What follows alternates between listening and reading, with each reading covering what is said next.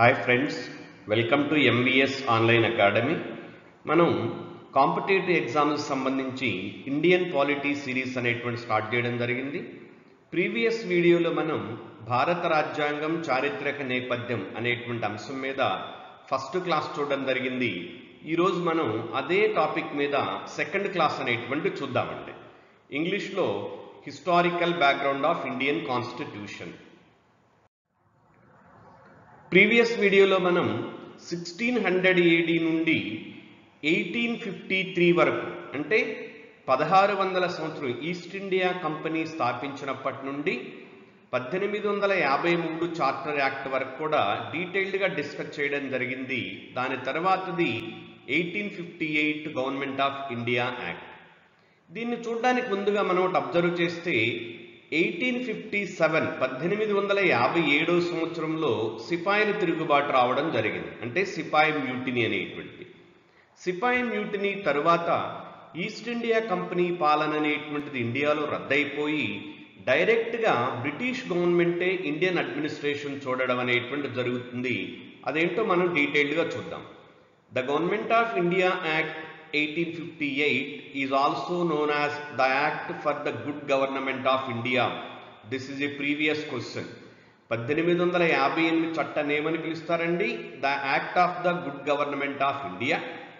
After the 1857 revolt, Queen's Proclamation of 1858 marked the transfer of power in India from the British East India Company to British Crown.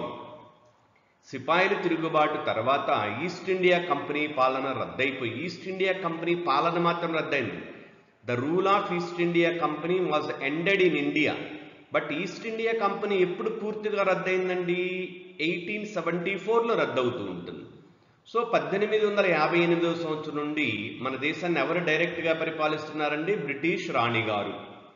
The proclamation issued on November 1, 1858 sought to establish direct government by the British. ఎప్పుడు release అయిందండి ఇది? November 1, 1858. Monarch and ensured the British crown sovereignty over India. It promised to respect Indian princess rights, avoid interference in religious matters and abolish the doctrine of lapse. ఏమేం చేస్తుందండి? Doctrine of lapse అనేటువంటి దీన్ని తీసివేయడం జరిగింది. Doctrine of lapse అంటే తెలుగులో ఏమంటారండి? సైన్య సహకార పద్ధతి అనేటువంటిది, లేదండి రాజ్య సంక్రమణ సిద్ధాంతం. డాక్ట్రైన్ ఆఫ్ ల్యాప్స్ అంటే రాజ్య సంక్రమణ సిద్ధాంతం, దాన్ని రద్దు చేయడం జరిగింది. అలానే బ్రిటిష్ గవర్నమెంట్ ఇంకా ఏం హామీ ఇచ్చిందండి? భారతీయుల యొక్క మత సంబంధమైనటువంటి విషయాలు మేము జోక్యం చేసుకోము, అలానే ఇండియన్ ప్రిన్స్లీ స్టేట్స్ అనేటువంటివి కూడా ఇండిపెండెంట్గా, అంటే వాళ్ళ ప్రిన్సిపల్ స్టేట్స్ను వాళ్లే రూల్ చేసుకుంటూ ఉండవచ్చు అనేటువంటి ప్రామిసులు చేస్తూ 1858 నవంబర్ 1వ తేదీన ఇంగ్లాండ్ మహారాణి గారైనటువంటి విక్టోరియా గారు ఈ యాక్ట్ అనేటువంటి దాన్ని పాస్ చేయడం జరిగింది. మరి ఆనాటి బ్రిటిష్ ప్రైమ్ మినిస్టర్ అండి హెన్రీ జాన్ టెంపుల్ అనేటువంటి వారు. ఈయన 2 times బ్రిటిష్ ప్రైమ్ మినిస్టర్గా చేయడం జరిగింది. 1855 to 58 and 1859 to 1865 till his death. ఈయనండి ఆనాటి ప్రైమ్ మినిస్టర్. నెక్స్ట్ మనకి provisions of the government of India act 1858. భారత ప్రభుత్వ చట్టం 1858లో ఉన్నటువంటి అంశాలు ఏంటో చూస్తే, establishment of secretary of state for India. The Government of India Act of 1858 established the position of Secretary of State for India, a member of the British Cabinet in charge of Indian affairs. The powers of the company's directors, Court of Directors, were vested with the Secretary of State.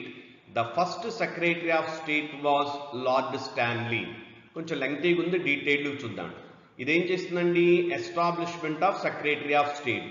ఈ court of directors అనేటువంటి దాన్ని రద్దు చేసిందండి. ఏంటి court of directors అనేటువంటిది? East India company యొక్క governing బాడీని court of directors అంటారు. దాన్ని రద్దు చేయడం జరిగింది. దాని యొక్క బాధ్యతల్ని ఎవరికి ఇచ్చారండి? సెక్రటరీ ఆఫ్ స్టేట్ అనేటువంటి వారు.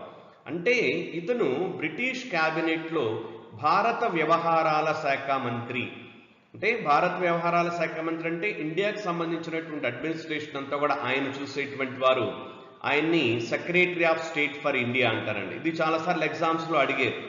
ఈ పోస్ట్ అనేటువంటిది ఏ యాక్ట్ క్రియేట్ చేసింది? 1858 the government of India act. మరి ఇతనికి హెల్ప్ చేయడానికి 15 మెంబర్స్తో కూడినటువంటి ఇండియన్ కౌన్సిల్ అనేటువంటి దాన్ని కూడా ఏర్పాటు చేయడం అనేటువంటి జరిగింది. Governor general and viceroy. It changed the designation of governor general of India as viceroy. చాలా ఇంపార్టెంట్ అది. గవర్నర్ జనరల్ యొక్క పోస్ట్ని ఎలాగా మార్చిందండి? వైస్రాయ్గా మార్చడం అనేటువంటిది జరిగింది. ఫస్ట్ వైస్రాయ్ ఎవరై అంటే లార్డ్ క్యానింగ్ అనేటువంటి వారు. యాక్చువల్లీ లార్డ్ క్యానింగ్ గారు 1857లోనే అపాయింట్ కావడం జరుగుతుంది గవర్నర్గా. తర్వాత 58లో ఈ చట్టం ద్వారాగా తన డిజిగ్నేషన్ని ఎలా మార్చారండి? వైస్రాయ్గా మార్చడం అనేటువంటిది జరిగింది. మొట్టమొదటి వైస్రాయ్ లార్డ్ క్యానింగ్ అండి. గుర్తుంచుకోండి, మొట్టమొదటి governor general of Bengal Warren Hastings, మొట్టమొదటి governor general of India William Bentinck, మొదటి వైస్రాయ్ లార్డ్ క్యానింగ్ అనేటువంటి వారండి.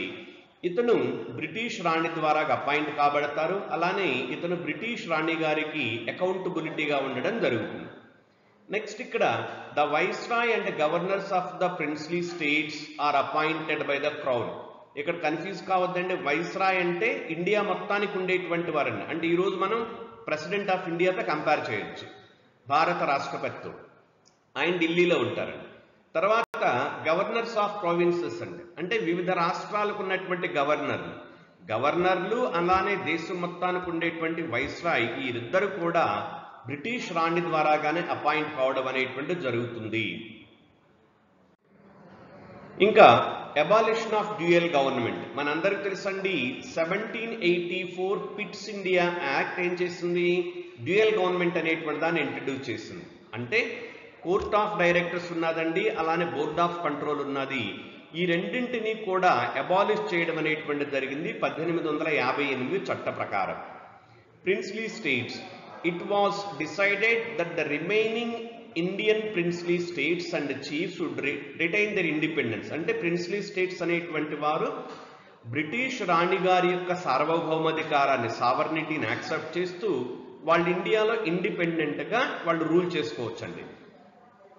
Recognition of Indian civil services కూడా, ఐసిఎస్ ఎగ్జామ్స్ కూడా ఇక్కడ ఏం చేశారంటే అఫీషియల్గా రికగ్నైజ్ చేయడం అనేటువంటి జరిగింది. అలానే Indians were also permitted to join military.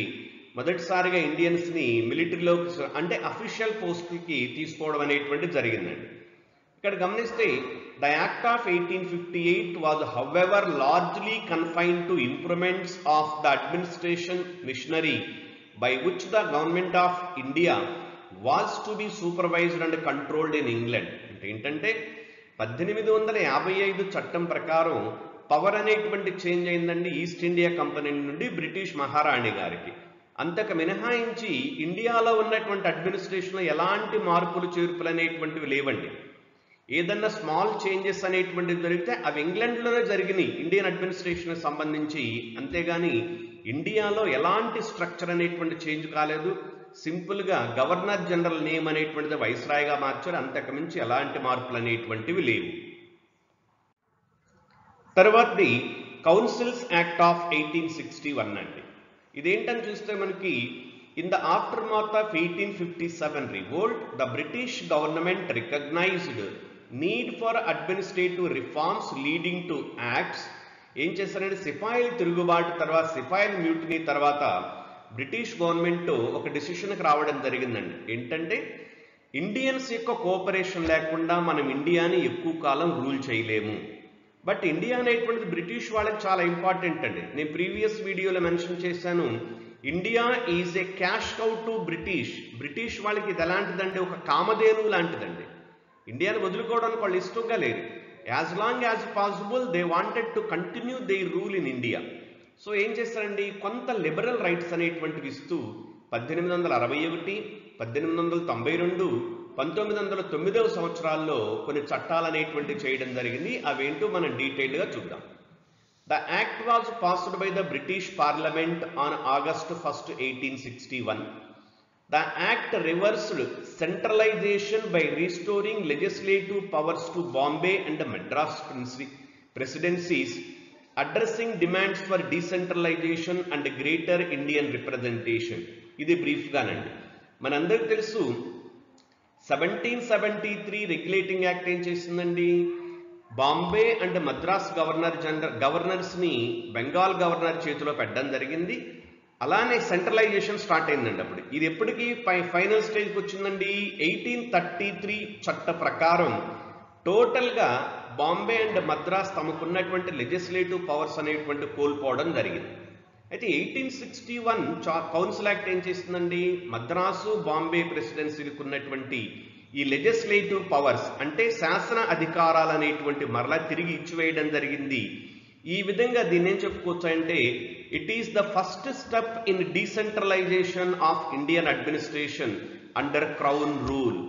England మహారాణి గారి యొక్క పరిపాలనలో భారతదేశంలో చేపట్టినటువంటి డీసెంట్రలైజేషన్ రిలేటెడ్ మొట్టమొదటి యాక్ట్ అనేటువంటిది 1861. Introduction of the portfolio system. ఇంకేం చేస్తారంటే ఇది కూడా చాలా ఎగ్జామ్స్లో అడిగారండి. The act gave recognition to portfolio system introduced by Lord Canning in 1859. ఇక్కడ 1859లోనే లార్డ్ క్యానింగ్ గారు అంటే మొదటి వైస్రాయ్ అండి ఏం చేశారండి, పోర్ట్ఫోలియో సిస్టమ్ అనేటువంటిది ఇంట్రడ్యూస్ చేశారు. పోర్ట్ఫోలియో సిస్టమ్ అంటే మినిస్ట్రీస్ అండి.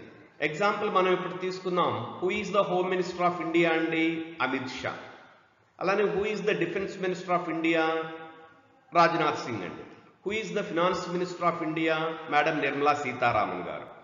అంటే వారికి ఉన్నటువంటి మినిస్ట్రీని ఇప్పుడు మేడం నిర్మలా సీతారామన్ గారు ఉన్నారు, ఆవిడ యొక్క పోర్ట్ఫోలియో ఏంటండి, ఫినాన్స్. జయశంకర్ గారి యొక్క పోర్ట్ఫోలియో ఏంటండి, ఎక్స్టర్నల్ అఫైర్స్. ఇది పోర్ట్ఫోలియో సిస్టమ్ అనేటువంటిది. ఇది ఎప్పుడు ఇంట్రడ్యూస్ కావడం జరిగింది ఇండియాలో, 1859లో ఇంట్రడ్యూస్ చేశారండి. బట్ 1861 యాక్ట్ అనేటువంటిది దీన్ని అఫీషియల్గా రికగ్నైజ్ చేయడం జరుగుతుంది. తద్వారాగా ఇండియాలో మనకి క్యాబినెట్ సిస్టమ్ అనేటువంటి స్టార్ట్ అయినట్టు చూసుకోవచ్చండి. ఏమిటి, ఇది హిస్టరీ కాదండి, ఇండియాలో ఉన్నటువంటి పొలిటికల్ సిస్టమ్ లేక కాన్స్టిట్యూషన్ అనేటువంటి ఏ విధంగా ఎవాల్వ్ అయింది అనేటువంటిది వివరించేటువంటి క్లాసేనండి. సో ఇండియాలో క్యాబినెట్ సిస్టమ్కి బిగినింగ్గా మనం దీన్ని చెప్పుకోవచ్చండి. Next legislative devolution to provinces. అదే నేను చెప్పానండి, బాంబే అండ్ మద్రాస్ ప్రెసిడెన్సీకి మళ్ళా వారి యొక్క శాసన అధికారాలు అనేటువంటి తిరిగి ఇవ్వడం అనేటువంటి జరుగుతుంది.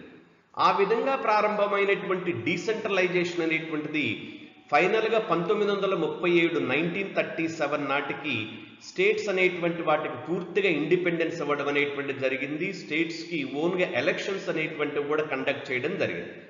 అంటే 1861లో స్టార్ట్ అయినటువంటి డీసెంట్రలైజేషన్ అనేటువంటిది 1937కి ఫైనల్ కావడం జరిగిందండి.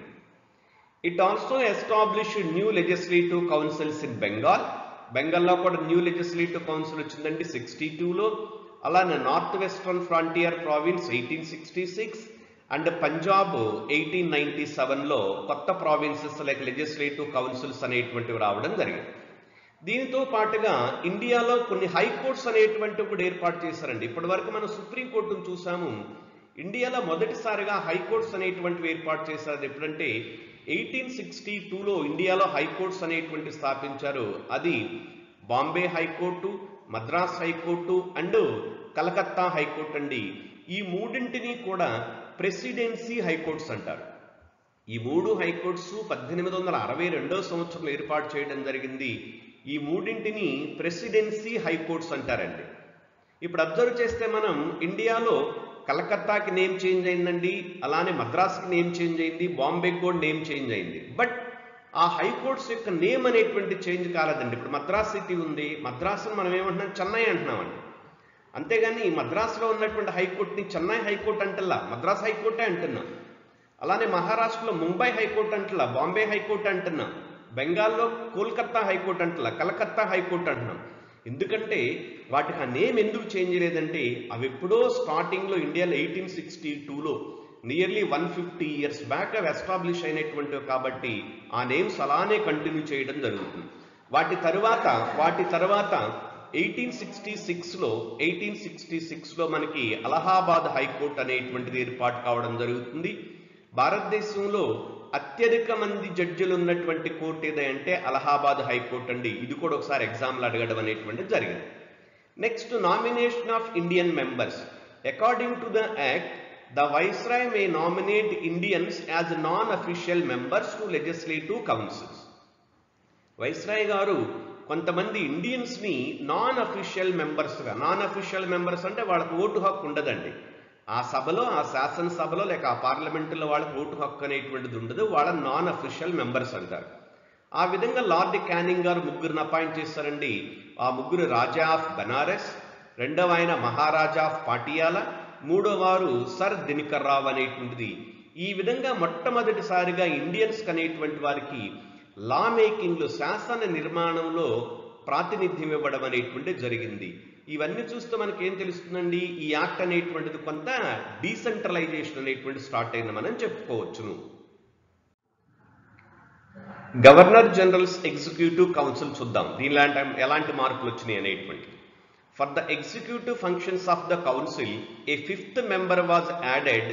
Now there were 5 members. One is home, military, law, revenue and finance అండి. గవర్నర్ జనరల్ కౌన్సిల్స్కి ఎంతమంది ఉండేటువంటి వారండి? 4 members ఉన్నారండి గవర్నర్ జనరల్ కౌన్సిల్స్కి అనేటువంటి వారు. ఈ 4 members తోడు మరొక వ్యక్తి అనేటువంటి వారు 5th member కూడా యాడ్ కావడం అనేటువంటి జరిగింది.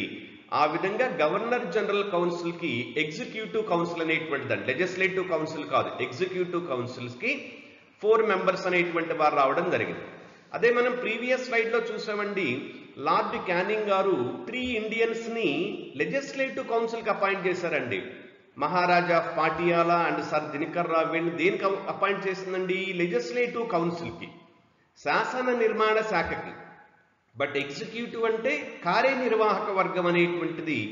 ఈ గవర్నర్ జనరల్ యొక్క కార్యనిర్వాహక వర్గ కౌన్సిల్లో 5 members అనేటువంటి వారు ఉన్నారు. ప్రీవియస్లీ 4 members అనేటువంటి వారు ఉండేటువంటి వారు. ఆ 5 members దేని రెస్పాన్సిబుల్ చూస్తున్నారండి? ఒకళ్ళేమో హోమ్ అఫైర్స్ చూసేటువంటి వాళ్ళు, ఒకరేమో మిలిటరీ, ఒకరేమో లా అండ్ ఆర్డర్, మరొకరేమో రెవెన్యూ, ఇంకొకరేమో ఫినాన్స్ అండి. ఇప్పుడు చూడండి, మనం ఆల్రెడీ ఇక్కడ చెప్పామండి, ఇక్కడ క్యాబినెట్ సిస్టమ్ లాంటిదంటే పోర్ట్ఫోలియో సిస్టమ్ రావడం అనేటువంటి జరిగింది. అంటే పర్టికులర్ మినిస్టర్ అనేటువంటి వారు, పర్టికులర్ మంత్రి అనేటువంటి వారు పర్టికులర్ విభాగానికి లేక పర్టికులర్ డిపార్ట్మెంట్కి హెడ్. ఈ విధంగా సపరేషన్ ఆఫ్ పవర్స్ అనేటువంటిది రావడం జరుగుతుంది. తద్వారాగా గవర్నమెంట్ అనేటువంటిది ఎఫెక్టివ్గా వర్క్ చేస్తుంటుంది. తద్వారాగా గవర్నెన్స్ అనేటువంటిది కూడా బాగుంటుంది. ఇది ఇక్కడ స్టార్ట్ అయిందని చెప్పుకోవచ్చు అండి. మనం ఇప్పటికీ కూడా మన ఇండియాలో ఈ క్యాబినెట్ సిస్టమ్ అనేటువంటిది, పోర్ట్ఫోలియో సిస్టమ్ రావడం అనేటువంటిది అంటే ఉండడం అనేటువంటిది కంటిన్యూ అవుతుందండి. అలానే గవర్నర్ జనరల్ యొక్క ఎగ్జిక్యూటివ్ కౌన్సిల్కి 6th member అనేటువంటి వారు 1874లో యాడ్ కావడం అనేటువంటి జరిగింది. సేమ్ ఇయర్లోనే ఈస్ట్ ఇండియా కంపెనీ అనేటువంటిది పూర్తిగా రద్దవుతుంది. నెక్స్ట్ అండి, వైస్రాయ్స్ ఆర్డినెన్స్ పవర్ అండి. 1861 యాక్ట్ అనేటువంటిది వైస్రాయ్ గారికి ఆర్డినెన్స్ ఇష్యూ చేసేటువంటి పవర్ అనేటువంటిది కూడా ఇవ్వడం జరిగింది. ఆర్డినెన్స్ అంటే తాత్కాలిక చట్టం అండి. అంటే శాసనసభ, పార్లమెంట్ కానీ శాసనసభలు కానీ అందుబాటులో లేనప్పుడు ఏదైనా అర్జెంటుగా ఒక యాక్ట్, ఒక చట్టం చేయాలి అంటే అప్పుడు ప్రెసిడెంట్ గారు, అంటే ప్రజెంట్ అయితే ప్రెసిడెంట్ గారండి, అప్పుడైతే వైస్రాయ్ గారు ఈ పవర్, ఆర్డినెన్స్ పవర్ అనేటువంటి దాన్ని ఎంజాయ్ చేయడం జరుగుతుంది. ఆర్డినెన్స్ అంటే తాత్కాలిక చట్టం, టెంపరరీ యాక్ట్. ఇప్పుడు ఇండియాలో మనకి ఆర్టికల్ 123 ప్రకారం అండి, ఆర్టికల్ 123 ప్రకారం ప్రెసిడెంట్ ఆర్డినెన్స్ అనేటువంటి జారీ చేస్తారు. అలానే ఆర్టికల్ 213 ప్రకారం గవర్నర్ ఆర్డినెన్స్ జారీ చేయడం జరుగుతుంది. ఇది ప్రజెంట్ ఉన్నటువంటిదండి. అంటే దీని యొక్క బిగినింగ్ మనం ఎక్కడ చూసుకోవచ్చు? 1861 యాక్ట్లో చూసుకోవచ్చు అండి. తర్వాతది empowerment to regulate councils. Any bill relating to public revenue or డెప్ట్, the military, religion or foreign affairs could not be passed without the governor general's approval. కొన్ని ఇంపార్టెంట్ అయినటువంటి బిల్స్ అనేటువంటివి గవర్నర్ జనరల్ యొక్క పర్మిషన్ లేకుండా, అంటే ఆయన యొక్క అనుమతి లేక, ఆయన యొక్క సంతకం లేకుండా కొన్ని ఇంపార్టెంట్ బిల్స్ అనేటువంటి పాస్ చేయడానికి అవకాశం లేదండి. తర్వాతది గవర్నర్ జనరల్ కౌన్సిల్ యొక్క బిజినెస్ అనేటువంటిది, కౌన్సిల్ బిజినెస్ ఎలా ఉంటుందని చూసినప్పుడు, the act empower the viceroy to issue rules and orders to ensure that the council runs smoothly. ఈ కౌన్సిల్ అనేటువంటిది స్మూత్ గా రన్ అవడానికి గవర్నర్ జనరల్ గారు లేక వైస్రాయ్ అనేటువంటి వారు కొన్ని సూచనలు, సలహాలు అనేటువంటివి కూడా ఇవ్వవచ్చు. ఫైనల్గా the secretary of state for in India in Britain could also dissolve any act passed by the governor general council. ఇండియాలో గవర్నర్ జనరల్స్ కౌన్సిల్ ఏదైనా ఒక చట్టం పాస్ చేస్తే దానిని తిరస్కరించేటువంటి రిజెక్ట్ చేసేటువంటి పవర్ అనేటువంటిది ఎవరికి ఉన్నదండి? సెక్రటరీ ఆఫ్ స్టేట్ అనేటువంటి వారికి ఇవ్వడం జరుగుతుంది. అంటే ఇది చాలా రేరెస్ట్ ఆఫ్ రేర్ కండిషన్స్ లో జరుగుతుందండి. తర్వాతది ఇండియన్ కౌన్సిల్ యాక్ట్ ఆఫ్ 1892 అండి. దీనికి బ్యాక్గ్రౌండ్ చూస్తున్నప్పుడు following the great revolution of 1857 British realized that it need to ensure the help of Indians in administration. Already చెప్పా మనకి ఇండియన్ అడ్మినిస్ట్రేషన్ లో ఇండియన్స్ యొక్క కోఆపరేషన్ లేకుండా చాలా కష్టం అవుతుందని బ్రిటిష్ వాళ్ళు ఒక డిసిషన్కి రావడం జరిగింది. In addition a nationalism grow in particular popularity, Indians became more cognizant of their rights. దీంతో పాటుగా 1885లో ఇండియన్ నేషనల్ కాంగ్రెస్ స్థాపించడం జరిగింది. అప్పటికే మన దేశంలో చదువుకున్నటువంటి యువత అనేటువంటిది రావడం జరుగుతుందండి. తద్వారాగా స్వాతంత్ర్య కాంక్ష అనేటువంటిది, అంటే వాళ్ళకి ఏంటంటే లిబరేషన్ కావాలి, ఇండిపెండెన్స్ కావాలి, మనకి ఈక్వల్ రైట్స్ కావాలి అనేటువంటి ఒక కాన్సెప్ట్ అనేటువంటిది ఇండియాలో డెవలప్ కావడం అనేటువంటిది జరిగింది. During 1855 to 1889 as a result of the growing nationalism, the Indian National Congress raised several demands through its sessions. Indian National Congress కూడా ఎన్నో డిమాండ్స్ అనేటువంటివి రైజ్ చేయడం అనేటువంటిది జరుగుతుంది. The INC also wanted the right to hold discussions on financial matters which was hitherto not allowed. ఇంకా వీళ్ళేమి recommend means ఏం demand చేస్తున్నారు ఇండియన్ నేషనల్ కాంగ్రెస్ అనేటువంటిది? యాక్చువల్గా 1860 బడ్జెట్ అనేటువంటిది 1860వ సంవత్సరంలోనే ఇండియాలో బడ్జెట్ ఇంట్రడ్యూస్ చేయడం అనేటువంటిది జరుగుతుంది. ఇండియా మొత్తానికి ఒకే బడ్జెట్ ఉంటుందండి. 1860వ సంవత్సరంలో ఇంట్రడ్యూస్ చేశారు. అయితే కేవలం అది ఇంట్రడ్యూస్ చేసిన తర్వాత అక్కడ ఉన్నటువంటి సభ్యులు అనేటువంటి వారు, పార్లమెంట్ మెంబర్స్ అనేటువంటి వారు ఎలాంటి క్వశ్చన్ అడగకూడదండి. సింపుల్గా వాళ్ళు వింటారు, పాస్ చేసేస్తారండి. కానీ ఇప్పుడు ఇండియన్ నేషనల్ కాంగ్రెస్ ఏం చేస్తుందండి? అలా కాదండి, బడ్జెట్ మీద కూడా డిస్కషన్స్ అనేటువంటివి కావాలి, బడ్జెట్ మీద కూడా క్వశ్చన్స్ అడగడం అనేటువంటిది రావాలనేటువంటి డిమాండ్ చేయడం అనేటువంటిది జరుగుతుంది. అయితే ఈ చట్టానికి ఎప్పుడు ఇంట్రడ్యూస్ చేశారు, ఎప్పుడు ఇంప్లిమెంట్ కావడం అనేటువంటి ఇక్కడ జరిగింది. అలానే ఆనాటి వైస్రాయ్ అనేటువంటి వారు లార్డ్ డఫరిన్ అండి, అలానే సెక్రటరీ ఆఫ్ స్టేట్ అనేటువంటి వారు జాన్ వైడ్ హౌస్ అనేటువంటి వారు సెక్రటరీ ఆఫ్ స్టేట్ అనేటువంటి వారు. ఈ లార్డ్ డఫరిన్కి ఇంకొక ఇంపార్టెంట్ క్వశ్చన్ ఉందండి. ఇండియన్ నేషనల్ కాంగ్రెస్ స్థాపించినప్పుడు భారతదేశం యొక్క గవర్నర్ జనరల్ ఎవరంటే లార్డ్ డఫరిన్ అనేటువంటి వారు. ఈ lord Dufferin Indian National Congress ని ఏ విధంగా వర్ణిస్తాడంటే మైక్రోస్కోపిక్ మైనారిటీ. ఇది ప్రీవియస్ క్వశ్చన్ అండి. దీనిని ఏ విధంగా వర్ణించాడండి? మైక్రోస్కోపిక్ మైనారిటీగా దీనిని వర్ణించడం అనేటువంటి జరుగుతుంది ఇండియన్ నేషనల్ కాంగ్రెస్. తర్వాత ప్రొవిజన్స్ ఆఫ్ 1892 యాక్ట్ చూద్దామండి. ఇప్పటి వరకు కూడా 1892 యాక్ట్ యొక్క బ్యాక్గ్రౌండ్ చూసామండి. ఇప్పుడు దానిలో ఉన్నటువంటి అంశాలు ఏంటివో చూస్తే, it increased the number of non-official members in the central and provincial legislative councils but maintained official majority in them. ఇక్కడ కేంద్రంలోను అంటే పార్లమెంటులోను అలానే రాష్ట్రాల్లో ఉన్నటువంటి శాసనసభల్లో కూడా సభ్యుల యొక్క సంఖ్య అనేటువంటిది, మెంబర్స్ యొక్క సంఖ్య అనేటువంటిది పెంచడం అనేటువంటిది జరుగుతుంది. అది ఎలా పెంచారో చూస్తే మనకి బాంబేలో 8, మద్రాసులో 20, Bengal 20, North West Frontier Province 15, Awadh 15, ఈ విధంగా నంబర్ అనేటువంటి దాన్ని ఇంక్రీజ్ చేయడం అనేటువంటి జరుగుతుంది. అలానే సెంట్రల్ లెజిస్లేటివ్ కౌన్సిల్ అంటే ఈనాటి పార్లమెంటుతో కంపేర్ చేస్తే మినిమం 10 ఉండాలండి, మ్యాక్సిమం అనేటువంటిది 16 మెంబర్స్ ఉండాలి. ఈ విధంగా యాక్ట్ బై యాక్ట్ అనేటువంటిది కొంత లిబరల్ పాలసీస్ అనేటువంటివి రావడం అనేటువంటిది జరుగుతుంది. The act provided for the nomination of some non official members of, అలానే యాక్ట్ ఇంకా ఏం చేస్తుందండి, మరికొంతమంది నాన్ అఫీషియల్ మెంబర్స్ అనేటువంటి వారిని సెంట్రల్ లెజిస్లేటివ్ కౌన్సిల్స్ కి అలానే ప్రొవిన్షియల్ లెజిస్లేటివ్ కౌన్సిల్స్ కూడా అపాయింట్ చేయడం అనేటువంటి, లేక నామినేషన్, ఇక్కడ నామినేషన్ అన్నటువంటి వర్డ్ వాడారండి, ఆ ప్రాసెస్ అనేటువంటి తీసుకొచ్చారు. అదేంటో చూస్తే central legislative council by the viceroy on the recommendations of provincial legislative councils and the Bengal chambers of commerce. కొంచెం ఇక్కడ అబ్జర్వ్ చేయాలి, గవర్నర్ జనరల్ లేక వైస్రాయ్ అనేటువంటి వారు కేంద్ర పార్లమెంట్కి అంటే సెంట్రల్ లెజిస్లేటివ్ కౌన్సిల్కి కొంతమంది నాన్ అఫీషియల్ మెంబర్స్ అనేటువంటి వారిని నామినేట్ చేస్తారండి. ఆ నామినేట్ చేయబడేటువంటి వ్యక్తులు ఎవరి ద్వారాగా అంటే ఎవరు రికమెండ్ చేస్తారండి? లెజిస్లేటివ్ కౌన్సిల్స్ అంటే రాష్ట్రాలలో ఉన్నటువంటి రాష్ట్ర శాసనసభలు, అలానే బెంగాల్లో ఉన్నటువంటి ఛాంబర్స్ ఆఫ్ కామర్స్ అనేటువంటి వారు వీరు రికమెండ్ చేసినటువంటి వ్యక్తులని కేంద్ర పార్లమెంట్కి నాన్ అఫీషియల్ మెంబర్స్గా వైస్రాయ్ గారు అపాయింట్ చేయవచ్చును. రెండవది ప్రొవిన్షియల్ లెజిస్లేటివ్ కౌన్సిల్స్. అదేవిధంగా రాష్ట్రాలలో ఉన్నటువంటి గవర్నర్ గారు రాష్ట్ర శాసనసభలకి కొంతమంది నాన్ అఫీషియల్ మెంబర్స్ను కూడా నామినేట్ చేయవచ్చును. మరి వారిని ఎవరు రికమెండ్ చేస్తారంటే డిస్ట్రిక్ట్ బోర్డ్స్ అనేటువంటివి, municipalities, universities, trade associations, zamindars and chambers వీరు చేసినటువంటి అంటే వీరు రికమెండ్ చేసినటువంటి వ్యక్తులని గవర్నరు స్టేట్లో నాన్ అఫీషియల్ మెంబర్స్గా శాసనసభకు పంపడం జరుగుతుంది. మనము ఈ సిస్టమ్ను ఒకసారి అబ్జర్వ్ చేస్తానంటే మనకి ప్రెసిడెంట్ గారు రాజ్యసభకు కొంతమంది నామినేట్ చేస్తారండి.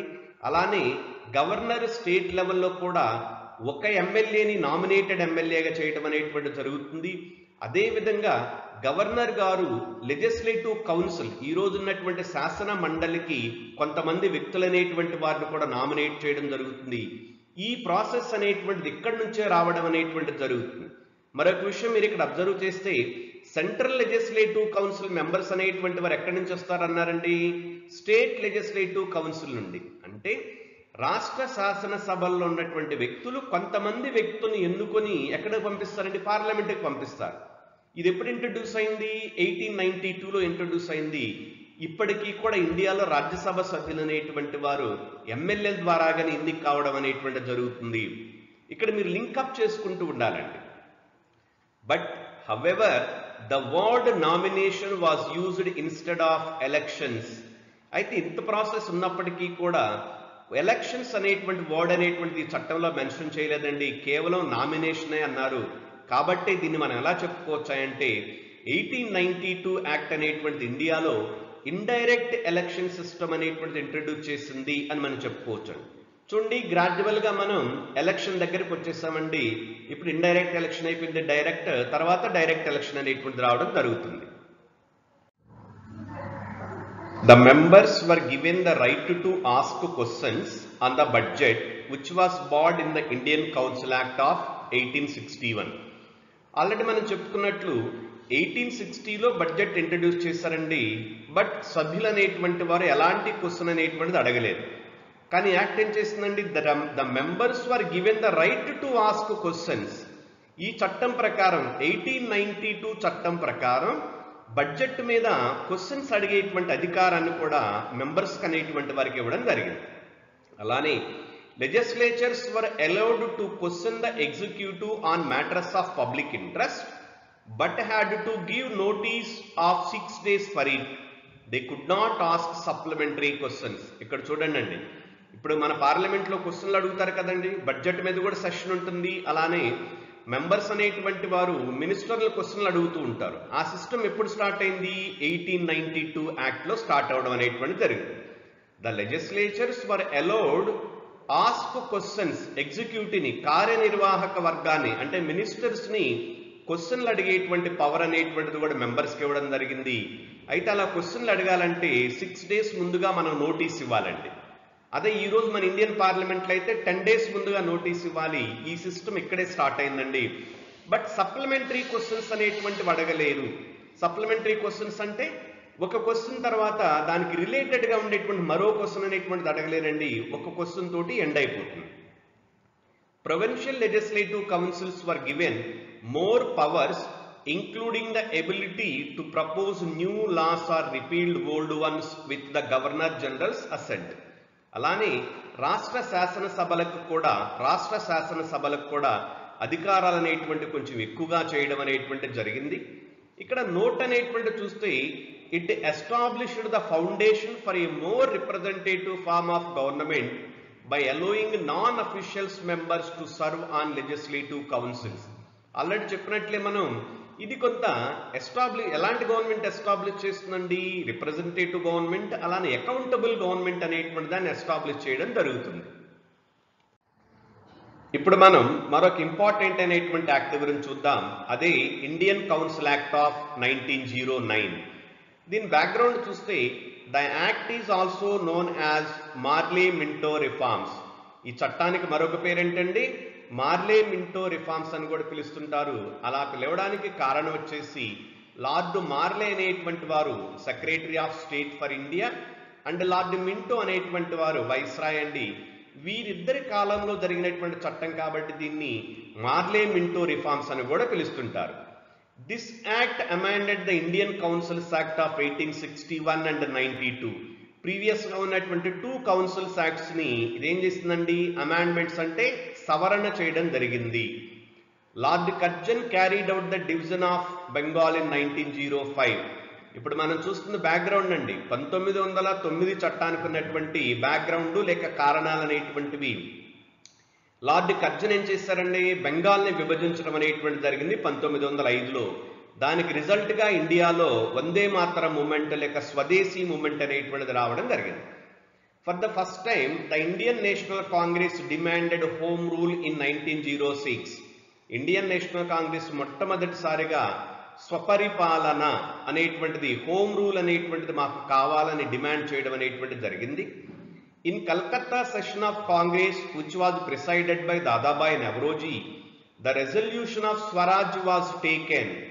అయితే అదే సేమ్ ఇయర్లో జరిగినటువంటి ఈ కలకత్తా సెషన్లో ఇండియన్ నేషనల్ కాంగ్రెస్ ఏం చేస్తుందండి? పూర్ణ స్వరాజ్ మాకు కావాలి అని డిమాండ్ చేస్తూ దాదాబాయి నవరోజీ గారి అధ్యక్షన తీర్మానం చేయడం అనేటువంటిది జరిగింది. అలానే Gopal Krishna Gokhale visited England to meet with secretary of state for India mister Morley and present congress demands for self rule. అదేవిధంగా గోపాలకృష్ణ గోఖలే గారు ఇంగ్లాండ్ని సందర్శించి ఆ ఇంగ్లాండ్లో ఉన్నటువంటి secretary of state for India, ఎవరండి secretary of state for India అనేటువంటి వారు మిస్టర్ మార్లే, అతనికి ఇండియన్ నేషనల్ కాంగ్రెస్ ఇచ్చినటువంటి డిమాండ్ అయినటువంటి సెల్ఫ్ రూల్ లేక స్వరాజ్ అనేటువంటి డిమాండ్ని ఒక మెమొరాండంను ఆయనకు సబ్మిట్ చేయడం అనేటువంటి జరిగింది. దాంతోపాటు ముస్లిం లీగ్ ఏం చేస్తుందో చూసినప్పుడు the Simla deputation led by Aga Khan. మనందరికి తెలుసండి ముస్లిం లీగ్ అనేటువంటిది 1906లో స్థాపించబడింది. బెంగాల్ పార్టీషన్ తర్వాత 1906లో ముస్లిం లీగ్ స్థాపించబడింది. మరి వాళ్ళ డిమాండ్ ఏంటో చూసినప్పుడు ఈ ఆగా ఖాన్ గారి నాయకత్వాన లార్డ్ మింటో అయినటువంటి వైస్రాయ్ని 1906లో వీళ్ళు సిమ్లాలో కావడం జరిగింది. అలా కలిసిన తర్వాత proposed for a separate electorate for Muslims. వాళ్ళు ఏం చేశారండి? ముస్లిమ్స్కి ప్రత్యేకమైనటువంటి నియోజకవర్గాలు కావాలి అని డిమాండ్ చేయడం అనేటువంటిది జరిగింది. ఇప్పటి వరకు మనం 1909 మార్లే మింటో రిఫార్మ్స్ చట్టం యొక్క బ్యాక్గ్రౌండ్ అనేటువంటిది ఏంటో చూసాము. ఇప్పుడు దానికి ఫీచర్స్ అనేటువంటివి ఏంటో చూస్తే it increased the size of central and provincial legislative councils. ఇదేం చేసిందండి? కేంద్ర శాసనసభ అలానే రాష్ట్ర శాసనసభల సభ్యుల యొక్క సంఖ్య అనేటువంటిది, నంబర్ అనేటువంటిది పెంచింది. సెంట్రల్ లెజిస్లేటివ్ కౌన్సిల్కి 16 నుండి 60 కండి 16 నుండి 60 మంది అండి. చూడండి ఎంత ఎక్కువ మెంబర్స్ అనేటువంటి రావడం జరుగుతుందో. ఇది ప్రీవియస్గా కూడా క్వశ్చన్. అలానే ప్రొవిన్షియల్ లెజిస్లేటివ్ కౌన్సిల్స్ అనేటువంటి వాటికి డిఫరెంట్ నంబర్స్ ఇచ్చారు. బెంగాలు, మద్రాసు, బాంబే అండ్ యునైటెడ్ ప్రావిన్సెస్కి ఒక్కొక్క ప్రొవిన్షియల్ లెజిస్లేటివ్ అసెంబ్లీకి 50 మెంబర్స్, అలానే పంజాబు, బర్మా అండ్ అస్సాం ఒక్కొక్క దానికి 30 మెంబర్స్ అనేటువంటి వారు రావడం అనేటువంటి జరుగుతుంది. తర్వాతది legislative council at the centre and provinces have 4 categories of members. మరి ఇప్పుడు ఎంతమంది మెంబర్స్ ఉన్నారో చూసాం. మరి వారిలో ఎన్ని రకాలైనటువంటి మెంబర్స్ ఉన్నారని చూస్తే 4 కేటగిరీస్ అండి. Both at central and state level అనేటువంటి వారు ఉన్నారు. అది first one ex officio members. They are appointed by the governor generals executive. వాళ్ళు ఎవరండి ఎక్స్ అఫిషియో మెంబర్స్ అంటే? గవర్నర్ జనరల్ యొక్క ఎగ్జిక్యూటివ్ కౌన్సిల్ మెంబర్స్ అనేటువంటి వారు ఎక్స్ అఫిషియో మెంబర్స్. తర్వాతది నామినేటెడ్ అఫీషియల్ మెంబర్స్ అనేటువంటి వారు government officials who are nominated by the governor generals. వీళ్ళెవరండి? నామినేటెడ్ అఫీషియల్ మెంబర్స్ అనేటువంటి వారు గవర్నర్ జనరల్ ద్వారా అపాయింట్ కాబడతారు. మూడవ రకమైనటువంటి వ్యక్తులు అంటే third category nominated non official members అనేటువంటి వారు nominated by the governor general but were not government officials. వీళ్ళెవరండి? వీళ్ళు గవర్నమెంట్ అఫీషియల్స్ కాదు. నాలుగో వర్గం అనేటువంటి వారు fourth category elected members were elected indirectly by the different categories of the people. చూడండి, 3 మెంబర్స్ అనేటువంటి వాళ్ళని 3 కేటగిరీస్ ఆఫ్ మెంబర్స్ అనేటువంటి వాళ్ళు నామినేటెడ్, కేవలం 4th కేటగిరీ మాత్రమే ఎలక్టెడ్ మెంబర్స్ అనేటువంటి వారు ఉన్నారు. దట్టు అది కూడా ఇండైరెక్ట్ ఎలక్షన్ అనేటువంటిది. It kept the central legislative council official majority but allowed provincial legislative council to have an official non official majority. ఇది చాలా ఇంపార్టెంట్. సెంట్రల్ లెజిస్లేటివ్ కౌన్సిల్ ఏం పెట్టారండి? అక్కడ ఎలాంటి మెజారిటీ ఉందండి? అఫీషియల్ మెజారిటీ అనేటువంటిదే ఉన్నది. అంటే కేవలం అఫీషియల్ మెంబర్స్కే ఓటు హక్కు అనేటువంటిది ఉంటుంది. అదే రాష్ట్ర శాసనసభల్లో చూసినప్పుడు నాన్ అఫీషియల్ మెజారిటీ అంటే నాన్ అఫీషియల్ మెంబర్స్ కూడా ఓటు హక్కు రావడం అనేటువంటిది జరుగుతుంది. మరికొన్ని అంశాలు అనేటువంటివి చూస్తే it allowed Indians to join the executive council of governor general and viceroys for the first time. ఇక్కడ అబ్జర్వ్ చేయండి, ఇప్పటి వరకు కూడా ఇండియన్స్ అనేటువంటి వారు లెజిస్లేటివ్ కౌన్సిల్కి మాత్రమే నామినేట్ కాబడ్డారండి, ఎగ్జిక్యూటివ్ కౌన్సిల్కి నామినేట్ కాబడలేదు. ఈ రెండిట్లో ఏది పవర్ఫుల్? ఎగ్జిక్యూటివ్ కౌన్సిలా లేకుంటే లెజిస్లేటివ్ కౌన్సిలా? ఎగ్జిక్యూటివ్ కౌన్సిల్ అనేటువంటిది పవర్ఫుల్ అండి. అంటే ఎగ్జిక్యూటివ్ కౌన్సిల్ అంటే ఈనాడు మనం దాన్ని క్యాబినెట్తో కంపేర్ చేయొచ్చండి. క్యాబినెట్ పవర్ఫుల్లా పార్లమెంట్ పవర్ఫుల్లా అంటే క్యాబినెట్టే పవర్ఫుల్ అండి. ఇండియన్ సిస్టంలో పార్లమెంటరీ రిప్రజెంటేటివ్ సిస్టంలో క్యాబినెట్టే పవర్ఫుల్ అనేటువంటిది. సో ఇప్పటి వరకు కూడా గవర్నర్ జనరల్ ఎగ్జిక్యూటివ్ కౌన్సిల్కి ఒక్క మెంబర్ కూడా అపాయింట్ కాలేదండి. కానీ 1909 మార్లే మింటో రిఫార్మ్స్ చట్టం అనేటువంటిది ఒక ఇండియన్ని, తనెవరండి? సత్యేంద్ర ప్రసాద్ సిన్హా. చాలా ఎగ్జామ్స్ అడిగారండి ఇది. ఈ సత్యేంద్ర ప్రసాద్ సిన్హా అనేటువంటి ఇండియన్ని లా మెంబర్గా గవర్నర్ జనరల్ యొక్క ఎగ్జిక్యూటివ్ కౌన్సిల్కి అపాయింట్ చేయడం అనేటువంటి జరుగుతుంది. ఈ విధంగా ఇండియన్స్కి లా మేకింగ్తో పాటుగా డిసిషన్ మేకింగ్లో కూడా ఇండియన్స్ని తీసుకోవడం అనేటువంటి జరిగింది. It established A system of communal representation for Muslims. Already మనం చూసామండి, 1906లో వీళ్ళు వెళ్ళేసేసి ముస్లిమ్స్ వెళ్ళేసేసి వాళ్ళకి సపరేట్ కమ్యూనల్ ఎలక్టరేట్స్ కావాలని డిమాండ్ చేశారు. కాబట్టి ఈ 1909వ చట్టంలో ముస్లిమ్స్కి కమ్యూనల్ రిప్రజెంటేషన్ అంటే వాళ్ళకి ప్రత్యేకమైనటువంటి రిజర్వేషన్ ఇవ్వడం జరుగుతుంది. దాని అర్థం ఏంటంటే Muslim members were to be elected solely by the Muslim voters under this provision. Muslim members అనేటువంటి వారు కేవలం ముస్లిమ్స్ ఓటర్ ద్వారానే ఎన్నిక కావడం జరుగుతుంది. దీన్నే కమ్యూనల్ రిప్రజెంటేషన్ టు ముస్లిమ్స్ అంటారు. అంటే మతపరమైన నియోజకవర్గాలు తెలుగులో. As a result the act legalised communalism and lord Minto became known as the father of communal electorate. ఆ విధంగా ఇండియాలో కమ్యూనలైజేషన్ అనేటువంటి దాని లేక కమ్యూనలిజం అనేటువంటి దాని మతపరమైనటువంటి నియోజకవర్గాన్ని అఫీషియల్గా గుర్తించడం జరిగింది. కాబట్టి లార్డ్ మింటోని అంటే ఆనాటి వైస్రాయ్ అండి, ఆయన ఏమంటారండి? Father of communal electorate in India. Next the Indian council act of 1909 also allowed for separate representation to presidency corporations, chambers of commerce, universities and zamindars. పైన చూసామండి, ఇది కేవలం ముస్లిమ్స్కి అనుకున్నాం కాదండి, ముస్లిమ్స్తో పాటుగా ఇంకా మరికొందరికి ఇవ్వడం జరుగుతుంది. వాళ్ళు ఎవరంటే ప్రెసిడెన్సీ కార్పొరేటర్స్కి, అలానే chambers of commerce, universities and zamindars కూడా సపరేట్ అయినటువంటి రిప్రజెంటేషన్. అంటే ఒక విధంగా చెప్పాలంటే రిజర్వేషన్ అండి. బట్ ఈనాడు ఉన్నటువంటి రిజర్వేషన్ లాంటిది కాదండి, అర్థం చేసుకోవడానికి చెప్తున్నాను, రిజర్వేషన్ లాంటివి ఇవ్వడం జరిగింది. Legislative council members at both the levels were allowed to ask supplementary questions. చూడండి, ప్రీవియస్గా సప్లిమెంటరీ క్వశ్చన్స్ అడగడం లేదండి, ఇప్పుడు సప్లిమెంటరీ క్వశ్చన్స్ అనేటువంటివి అడగొచ్చు. అలానే బడ్జెట్ మీద ఎలాంటి డిసిషన్ తీసుకోవచ్చు, రెజల్యూషన్స్ అనేటువంటి పాస్ చేయొచ్చు. ఈ విధంగా లిబరల్ అడ్మినిస్ట్రేషన్ అనేటువంటిది ఇండియాలోకి రావడం జరుగుతుంది. ఓకే ఫ్రెండ్స్, ఇప్పటి వరకు మనం భారత రాజ్యాంగం చారిత్రక నేపథ్యం అనేటువంటి అంశంలో మొదటి పార్ట్ అనేటువంటి చూసామండి. Historical background of the Indian కాన్స్టిట్యూషన్లో పార్ట్ 1 అనేటువంటిది అయిపోయింది. బ్రిటిష్ వారు అంటే ఈస్ట్ ఇండియా కంపెనీ నుండి 1853 చార్టర్ యాక్ట్ వరకు కూడా మనం కంప్లీట్ చేయడం జరుగుతుంది. ఈస్ట్ ఇండియా కంపెనీ యొక్క పాలన అనేటువంటిది 1857తో 1857 సిపాయిల తిరుగుబాటు సిపాయి మ్యూటినీ వస్తుందండి. దానితోటి ఈస్ట్ ఇండియా కంపెనీ రూల్ అనేటువంటిది ఇండియాలో ఎండ్ అయిపోవడం జరుగుతుంది. ఫైనల్ గా ఈస్ట్ ఇండియా కంపెనీ అనేటువంటిది 1874లో పూర్తిగా అబాలిష్ కావడం అనేటువంటిది జరుగుతుంది.